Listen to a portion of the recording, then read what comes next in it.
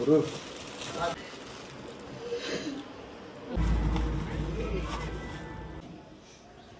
না না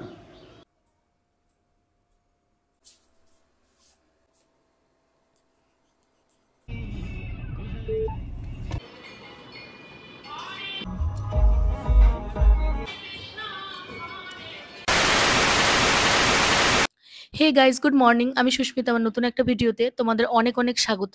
আশা করছি সবাই খুব ভালো আছো, সুস্থ আছো, আর আমরাও আছি কোনো রকম বলা চলে। তো যাই হোক, শাশুড়ি মা তো ভীষণ কান্নাকাটি করছে চলে যাব বলে।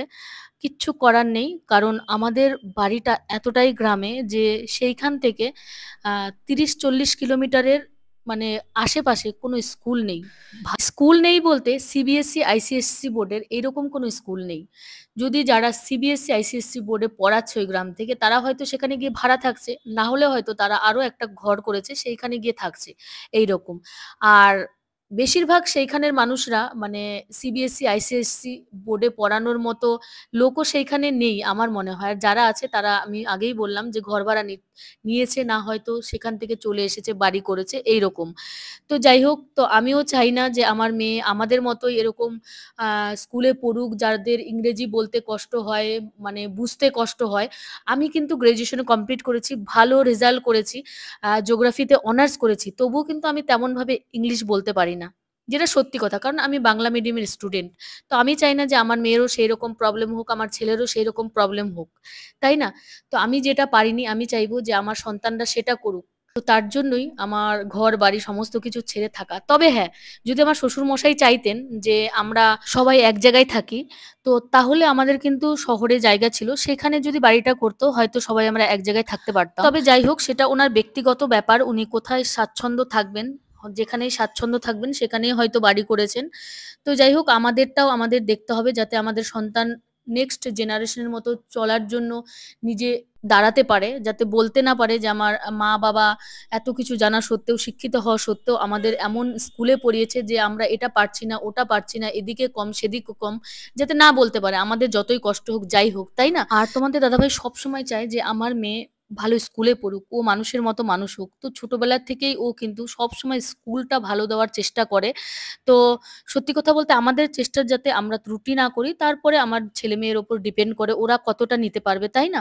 তো যাই হোক, আমাদের চেষ্টার যেন কোনো ত্রুটি না হয়, সন্তানেরা যেন কখনো বলতে না পারে তোমরা আমার জন্য এইটা করোনি। তো তার জন্যই তোমাদের দাদাভাই কিন্তু সবসময় ওকে ভালো স্কুলে দেওয়ার চেষ্টা করে, যাতে ও বলতে না পারে যে আমাকে এইখানে দিলে হয়তো আজ আমি এইখানে হতে পারতাম। তো যাই হোক, আমাদের চেষ্টা আমাদের কাছে। তো এই যে দেখো, সকাল সকাল ঘুম থেকে উঠে কিন্তু এই যে দেখো যা যা মানে বাকি ছিল প্যাকিং করা, সমস্ত কিছু প্যাকিং করে নিচ্ছি। আমার পুরো সাজানো গোছানো রুমটাকে আবারও আমি অগোছালো করে নিয়েছি, কারণ জানি না আবার কবে বাড়িতে আসবো, ততদিনে আমার এই ঘরের পরিস্থিতিটা কি হবে। তো তার জন্য কিন্তু যখনই আমি বাড়ি থেকে চলে যাই তখন আলনা থেকে সমস্ত জামাকাপড় তুলে ওয়ারড্রপে বলো, শোকেস বলো, সমস্ত কিছুতে আমি রেখে দেই যাতে নোংরা না হয়। আর এদিকে দেখো বাবু এখনো ঘুমাচ্ছে, কারণ ওই সকাল ৬টা বাজে এখন। আর এর আগে কিন্তু আমরা অনেক আগে উঠেছি, ওই ৪:৩০ দিকে উঠে স্নান টান করে সমস্ত কিছু রেডি টেডি করে এই যে দেখো আমি স্নান করে নিয়েছি।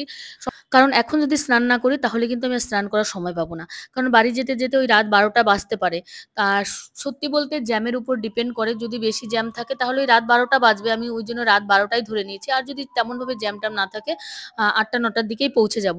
তো যাই হোক, এদিকে দেখো আমার শ্বশুরমশাই চা বানাচ্ছিলেন, আর হচ্ছে শাশুড়ি মা ভাত, তারপরে আমার বাবুর জন্য খাওয়া রান্না করে দিচ্ছিল, কারণ খাওয়াটা আমি রান্না করেই নিয়ে যাব। এসি গাড়ি তো সবসময় ঠান্ডাই থাকে, কোনো নষ্ট হবে না, আর রান্না করার তো তেমনভাবে জায়গাও নেই। আর হচ্ছে মাঝে মধ্যে আমি স্যারেলাক্সও দেই, কারণ ও স্যারেলাক্সটা না বেশি মিষ্টি, ওই জন্য আমি খাওয়াই না, আর ও খেতেও চায় না, স্যারেলাক্সটা অত ভালো খায় না। তার জন্যই কিন্তু আমি বেশি করে রান্না করে নিয়েছি, যে সবসময় তো ঠান্ডাই থাকবে, কোনো অসুবিধা নেই। আর মাঝে মধ্যে আমি জলটা ফুটিয়ে নিয়ে যাব বাড়ি থেকে, মাঝে মধ্যে ওই জলটা দিয়ে গুলিয়ে কিন্তু খাইয়ে নেবো। একটু গাঢ় করে রান্না করলে কিন্তু গরম জল দিয়ে দুধ গুলিয়ে কিন্তু তোমরা এটা খাওয়াতে পারবে। তো যাই হোক, এদিকে ভাত বসিয়েছিল মা, আর ওদিকে দেখো বাবুর খাবারটাও হচ্ছে। তো যাই হোক, এই যে দেখো বাবুর খাবারটা একটুখানি পাতলা হয়েছে, তাই জন্য মাকে বললাম আর একটুখানি দিতে গুঁড়ো, যাতে একটু গাঢ় টাইপের হয় আর কোনো প্রবলেম না হয়। গাড়িতে হয়তো এত পাতলা হলে পড়ে যেতে পারবে, আর গাঢ় হলেই ভালো, গরম জল দিয়ে গুলিয়ে তো খাওয়াতে হবে, পাতলা হলে আর এতে জল দিতে পারবো না। তো যাই হোক, এই যে দেখো আমার শ্বশুরমশাই এসে কিন্তু চা দিয়ে গেছে। আর তোমাদের দাদাভাই এই যে আর এখন বাজে ৬:২০। তো আমাদের প্রায় একদমই রেডি হয়ে গেছি। তোমাদের দাদাভাই রেডি দেখতেই পাচ্ছ এই যে। আ আমার এই লাইট আর স্ট্যান্ড ছিল এই দুটো ফিক্স করে নিচ্ছে। আঠা দিয়ে এই যে দেখতেই পাচ্ছ সেলো টেপ দিয়ে। আর শ্বশুরমশাই ওখানে দাঁড়িয়ে, দাঁড়িয়ে বলে দিচ্ছে এরকম করে করো। তো যাই হোক আমরা একদমই রেডি হয়ে গেছি বেরিয়ে পড়বো। এই তো জীবন। দেখতে, দেখতে দিনগুলো কেটে গেল। আর আমার মেয়ে দেখো এদিকে খেতে বসেছে।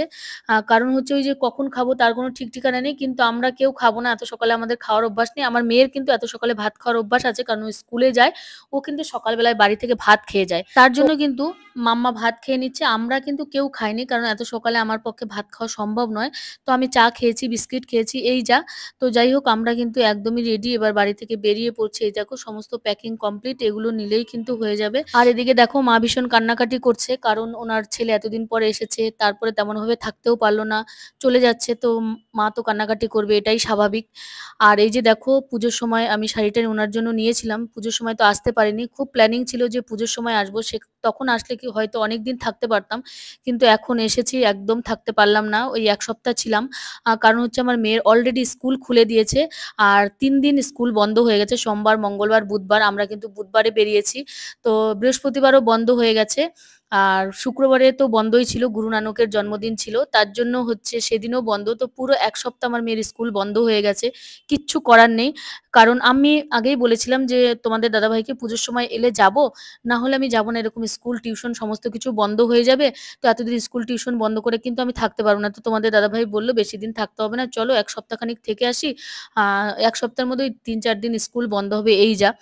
তো যাই হোক স্কুলটা বন্ধ হয়ে গেছিল আমার মামামের। তো তার জন্যই তাড়াতাড়ি করে চলে আসা। আর কিচ্ছু করার নেই। স্কুল, টিউশনি দুটোই বন্ধ। তার স্কুল খোলার সঙ্গে, সঙ্গে আবার ওর পরীক্ষা কিন্তু শুরু হয়ে গেছে। আর পরীক্ষাটাও কিন্তু তেমন ভালো দিতে পারেনি। কারণ অনেকদিন পড়াশোনা হয়নি।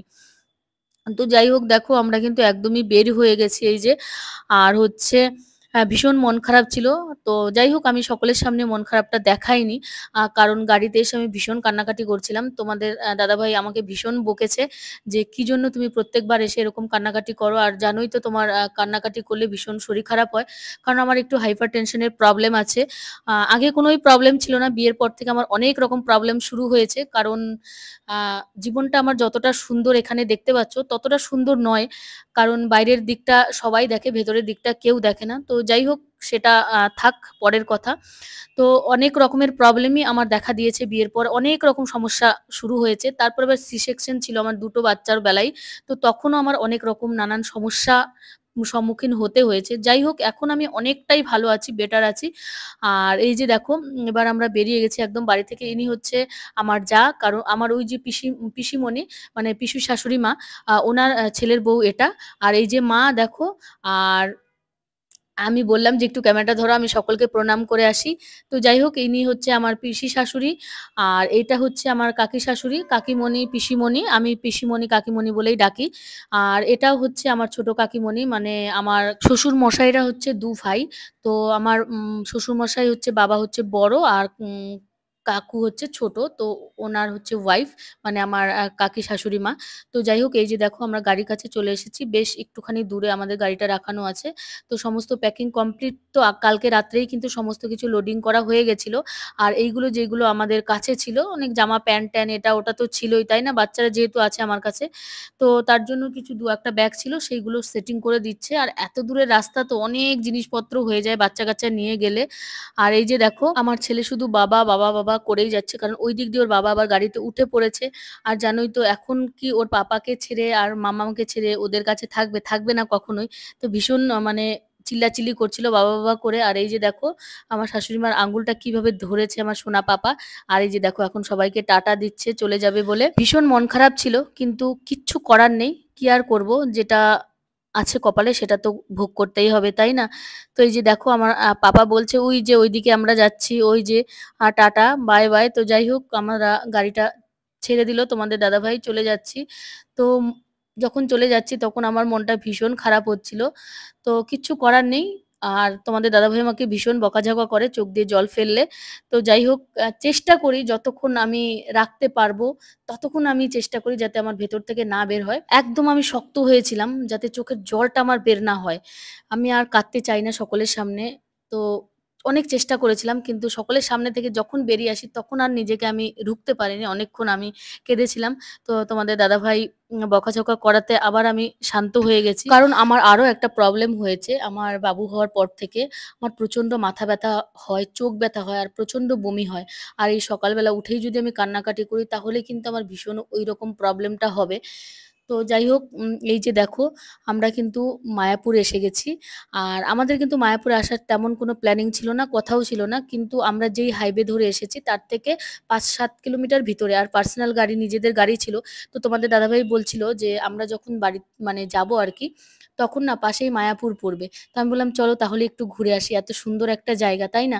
সবাই কত দূর থেকে ঘুরতে আসে। আর আমরা যাচ্ছি পাশেই মায়াপুর, কেন যাবো না? তো বলল ঠিক আছে তোমাকে নিয়ে যাবো। কখনো ও কোথাও যাওয়ার জন্য কিন্তু আমাকে মানা করেনি। আমি কিন্তু বৃন্দাবনে ৩-৪ বার গিয়েছি। কারণ আমরা যেই রাস্তা দিয়ে যাতায়াত করতাম তার পাশেই কিন্তু বৃন্দাবন ছিল। তার জন্যই তোমাদের দাদাভাই কিন্তু আমাকে কয়েকবার সেখানটায় নিয়ে গেছে। বাবু পেটে যখন ছিল ৩ মাসের তখন একবার নিয়ে গেছে, যখন ৭ মাসের পেটে ছিল তখন একবার নিয়ে গেছে। আর যখন বাবু হয়ে যায় ১.৫ মাসের ছিল তখন কিন্তু মা-বাবা গেছিল। তাদেরকে নিয়ে আমি একবার ঘুরতে গিয়েছিলাম। তো আমার কাছে তো ভীষণ পছন্দের এই সমস্ত জায়গা। গেলে আর ফিরে আসার ইচ্ছে জাগে না, এত সুন্দর।